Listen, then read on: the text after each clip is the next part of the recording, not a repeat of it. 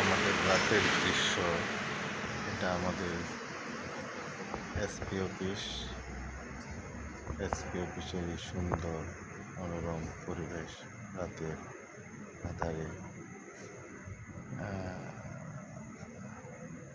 ওখানে আমার অবস্থান। আমি যেখানে আছি সেখানে আমার সেই পরিবেশ, সেই সুন্দর পরিবেশে রাতের বেলা খুব ভালোই লাগে। আমি ওখানে নিজেকে খুব অনুভব করি।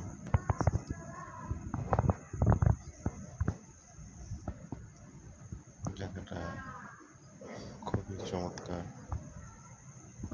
তাই আমি ওখানে প্রায় সময় রাতের বেলা দীর্ঘ টাইম বসে